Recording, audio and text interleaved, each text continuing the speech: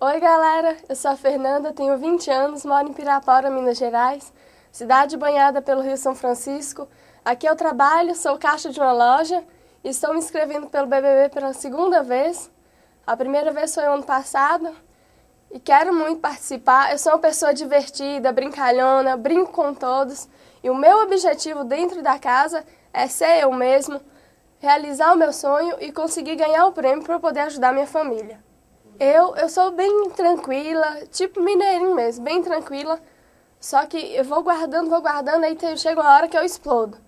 E aí eu já fico com raiva, começo a chorar, fico com raiva, saio brigando com todo mundo, e eu sou assim. Eu sou amiga, quando eu sou amiga mesmo, pra mim não tem falsidade, se eu sou amiga sua, e se eu brinco com você é porque eu gosto de você. Se eu não brinco com você, se eu me mantenho afastado de você é porque eu não gosto de você. Não, gente, aqui na minha cidade eu gosto de ir ao Rio, eu trabalho, sou caixa de uma loja, gosto de ir ao Rio nos finais de semana, o Rio aqui é maravilhoso, sou apaixonada com água, sou uma pessoa que é louca por água.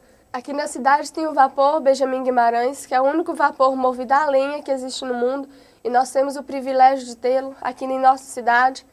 Eu gosto de passear nele aos domingos, sábados e domingos. Vou na boate que tem aqui nos finais de semana. Quando tem festa, frequento. No Rio, as duchas aqui são muito bonitas, as cachoeiras. Terminei o 3º ano, trabalho e faço curso pré-vestibular, para tentar vestibular no final do ano. E essa é a minha vida aqui. Espero muito ser escolhida, vocês vão gostar de mim. Eu me considero uma pessoa diferente, eu me acho diferente. E é isso aí, eu tenho certeza que vocês vão gostar de mim.